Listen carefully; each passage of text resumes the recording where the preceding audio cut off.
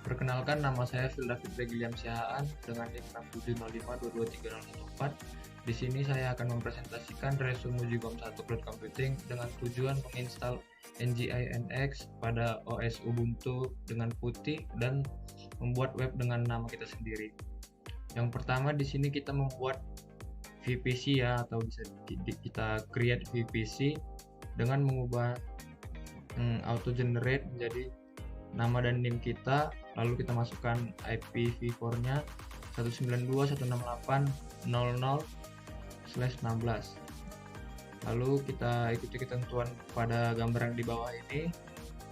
Setelah itu kita tampilkan preview pada VPC dan tampilannya akan menjadi seperti ini. Lalu tampilan VPC secara detail setelah di-create ialah seperti gambar pada bawah ini, sudah available, artinya sudah berjalan ya. Setelah tampilan berikut ini, kita ke step 2 untuk membuat security groups dengan ketentuan yang ada pada di bawah ini. Kita membuat name-nya dengan name kita sendiri, lalu kita pilih OS Ubuntu, key-nya kita masukkan key.ppk, dan network subnet security-nya kita buat ketentuannya seperti yang ada pada gambar ini. HTTP SSH_Phildavid, deskripsinya allows SSH and HTTP. Lalu kita buat inbound rules-nya seperti di bawah ini, SSH dan HTTP. Lalu setelah itu maka tampilan akan seperti ini, tampilan pada inbound rules. Dan ketika kita sudah berhasil membuat security groups-nya, maka tampilan security groups akan menjadi seperti ini. Security group was created successful, dan juga seterusnya akan sukses. Lalu setelah selesai membuat instance, maka tunggu pending menjadi running yang berwarna hijau dengan cara merefresh terus menerus. Yang tulisan running ini sebelumnya tulisannya pending, jadi kita harus menunggu hingga berwarna hijau dengan cara mengetik yang bulat refresh pada gambar ini.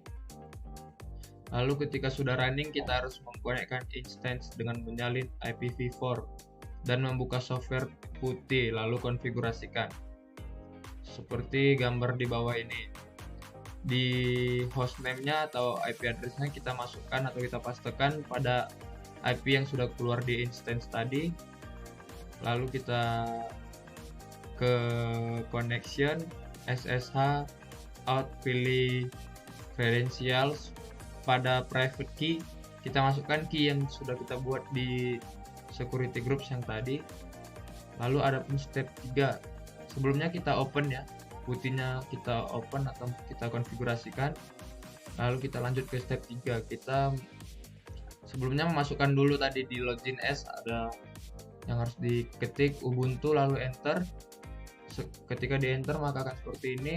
Kita buat untuk menginstal NGINX-nya dengan sudo su. Setelah sudo su, sudo apt install NGINX untuk menginstal NGINX-nya. Maka tampilannya akan seperti ini. Lalu kita lanjut dengan membuat web dengan isi nama, NIM, dan kelas. Setelah menginstal NGINX, kita lanjutkan dengan menyalin IPv4 lalu pastekan ke web untuk melihat isi yang ada pada NGINX.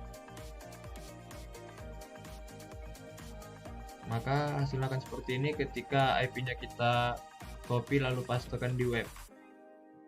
Dan kita mengubahnya, kita mengedit tampilan NGINX-nya dengan mengubahnya menggunakan HTML. Caranya yaitu kita ketik di Ubuntu-nya cd spasi var/www/html/ lalu enter.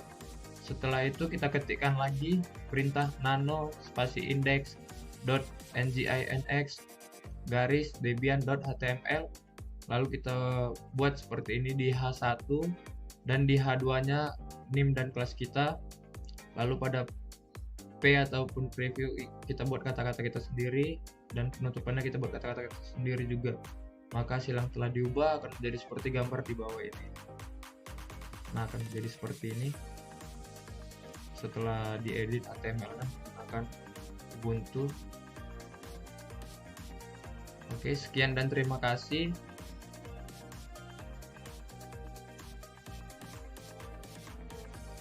Adapun beberapa penjelasan singkat tentang masing-masing kode program atau istilah yang ada pada OS Ubuntu. Yang pertama ialah NGINX, merupakan server web open source yang terkenal karena kinerja dan skalabilitasnya. Biasanya NGINX ini digunakan untuk mengirimkan konten statis seperti halaman web dan juga berfungsi sebagai proxy reverse untuk melayani aplikasi web dinamis.